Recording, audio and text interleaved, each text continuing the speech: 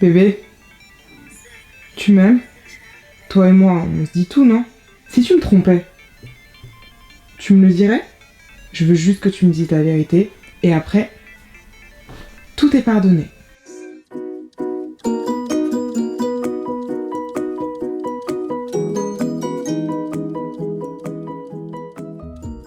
Si votre époux ou votre épouse est infidèle et que vous souhaitez demander le divorce pour faute, il faudra alors apporter la preuve de cette infidélité. Sur le principe, ça peut sembler simple. Le problème, c'est que cette preuve que vous allez réussir à rapporter en filmant votre conjoint, en l'espionnant, en lisant ses SMS, etc., ne sera pas toujours acceptée par le juge. Bébé, si tu cherches ton téléphone, il est à côté de moi. Bébé ?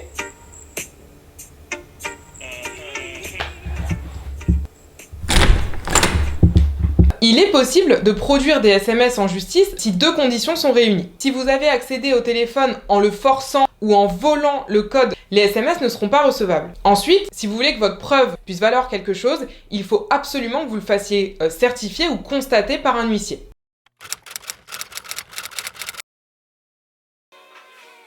Mais qu'est-ce que tu fais? Je suis en train d'installer une caméra espion dans mon ampoule. Ça me permet de savoir exactement ce que fait mon mec en temps réel quand je suis pas chez moi. T'es complètement folle. Il n'est pas possible de produire en justice des preuves qui auraient été obtenues de manière violente, déloyale ou frauduleuse. Que tout enregistrement, vidéo ou sonore qui serait enregistré à l'insu de la personne ne serait pas recevable en justice. D'après mes sources, ils sont dans cet hôtel. Tu vas faire le guet sur la porte est et moi, je reste ici. Quoi qu'il se passe, on ne dort pas. Il est hors de question qu'il nous échappe. Vous avez le droit de suivre votre époux, soit vous-même, soit en embauchant par exemple un détective privé. Le rapport qui sera établi par le détective privé aura simplement valeur de témoignage. Dans ce rapport, le détective privé ne pourra joindre que des images qui ont été prises sur la voie publique. Il n'est pas possible de joindre dans ce dossier des images qui auraient été prises dans un lieu privé, par exemple dans une chambre d'hôtel, au risque de se voir poursuivre soi-même pour violation du droit à la vie privée, voire violation du domicile. Je comprendrai jamais pourquoi ta mère m'aime pas. Tu es quand même la femme rêvée, hein. Ah franchement, si j'étais un homme, bah je me marierais avec moi.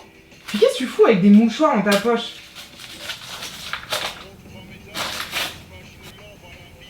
Ok, t'as exactement 5 secondes pour m'expliquer ce que tu faisais à l'hôtel à Reims samedi soir. Il est tout à fait possible de produire une preuve qu'on aurait trouvée dans les affaires de son époux, à la condition qu'on ait trouvé cette preuve et qu'on ne l'ait pas cherchée en violant le droit à la vie privée de la personne. Si la preuve s'est offerte à vous parce que, par exemple, votre mari a oublié son journal intime sur la table du salon et donc que vous l'avez lu, vous aurez le droit de la produire en justice. À l'inverse, si vous trouvez le journal intime de votre époux parce que vous avez réussi à forcer le coffre-fort de son bureau, à ce moment-là, la preuve sera jugée irrecevable parce que vous aurez violé son droit à la vie privée.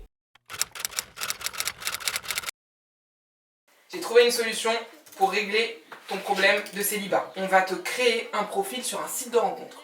Je te mets les mêmes critères que les miens. Trop petit. Trop vieux. Regarde lui, c'est là ton mec.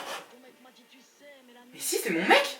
Le simple fait d'être inscrit sur un site de rencontre ne saurait justifier le prononcé d'un divorce pour faute. Il faudra davantage justifier l'infidélité, par exemple en démontrant que votre époux entretient une relation soutenue avec une autre personne, ou alors apporter la preuve de contenus tels que des contenus à caractère sexuel, pornographique, etc., etc.